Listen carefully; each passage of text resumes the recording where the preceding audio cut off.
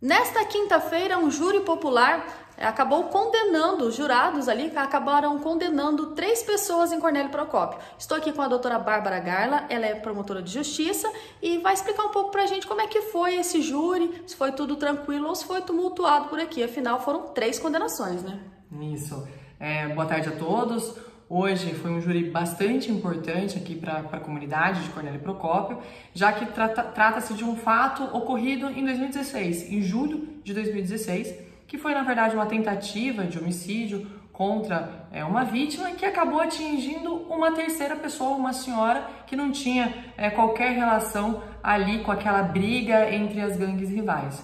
Todas as teses do Ministério Público foram acolhidas. Então, aqui nesse caso, a gente teve 2 executores dessa tentativa de homicídio e um terceiro que prestou esse auxílio. O Conselho de Sentença acolheu as teses do Ministério Público e tiveram aqui 2 condenações por homicídios, tentativas de homicídio duplamente qualificado e uma condenação por homicídio simples. Olha, a gente, quem mora em Cornélio Procópio acompanhou bem uma briga que aconteceu em 2016, várias tentativas de homicídio, homicídios consumados e tudo mais.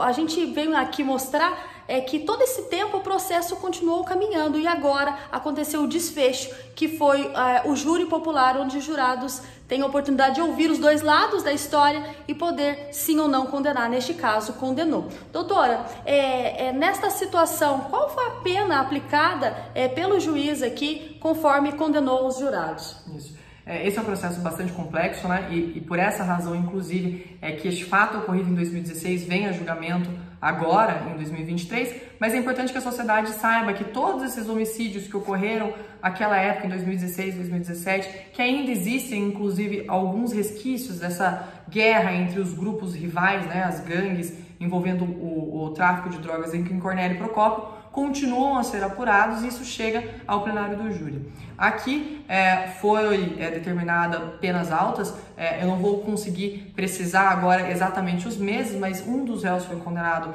a 14 anos, outro réu a 12 anos e alguns meses e outro réu a 4 anos e alguns meses. Há essa diferença por causa das qualificadoras que foram aplicadas a 2 réus e o homicídio simples, que foi considerado aquele que prestou o auxílio, né? Não foi aí o executor de fato dessa tentativa de homicídio.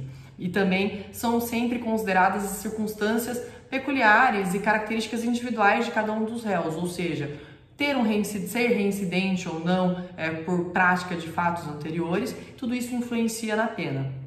Doutora, estes réus estavam até este momento em liberdade? Como é que estava a situação deles? Isso, os 3 réus, eles estavam em liberdade, eles não foram presos nesse processo, né? É importante mencionar que nesse caso específico não houve uma prisão em flagrante ali, mas foi feita uma investigação para descobrir quem eram os autores desse crime. E aí, com a própria investigação da polícia, tanto da polícia civil como também da polícia militar ali no início, conseguiu se chegar a esses 3 autores que hoje foram condenados. Eles estavam em liberdade e aqui ainda, embora o Ministério Público tenha pedido a prisão preventiva desses réus, o juiz ainda entendeu por bem mantê-los em liberdade enquanto houver a possibilidade de recurso. Tá certo. O que acontece daqui para frente, doutora?